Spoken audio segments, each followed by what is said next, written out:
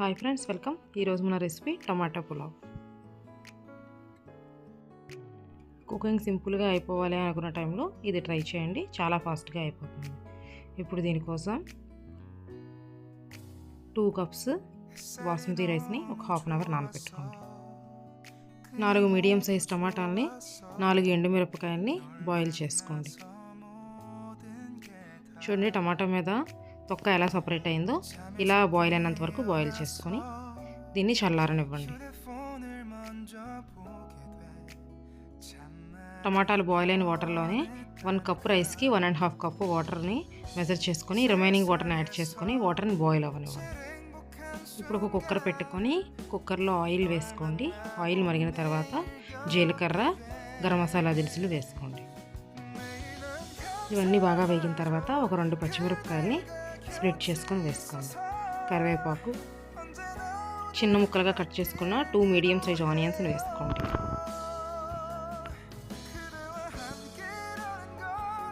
Onion వేగే లోపల ముందుగా మనం ఉడికించి పెట్టుకున్న టమాటోని ప్యూరీ చేసుకుందాం. ప్యూరీ చేసుకునేటప్పుడు దీనిలో కొంచెం పసుపు యాడ్ చేసుకోండి. ఆనియన్ వేగిన తర్వాత అల్లం వెల్లుల్లి పేస్ట్ వేసుకొని రాస్మెల్ పోయినంత వరకు వేపుకోండి. ఇలా రాస్మెల్ పోయిన తర్వాత ఒక మీడియం సైజ్ టమాటోని ముక్కలుగా కట్ చేసి వేసుకోండి. మూత పెట్టుకొని టమాటోని బాగా మగ్గనివ్వండి. టమాటో ఇలా మగ్గిన తర్వాత ముందుగా మనం చేసి పక్కన పెట్టుకున్న టమాటో ప్యూరీని దానిలో వేసుకోండి.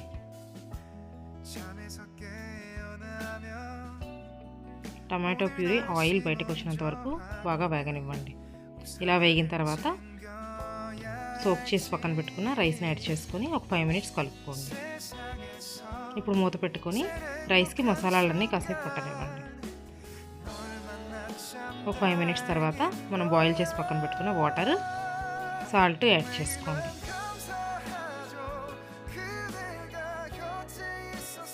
లాస్ట్లో కొంచెం కొత్తిమీర యాడ్ చేసుకొని మూత పెట్టుకొని 2 విజిల్స్ రానివ్వండి.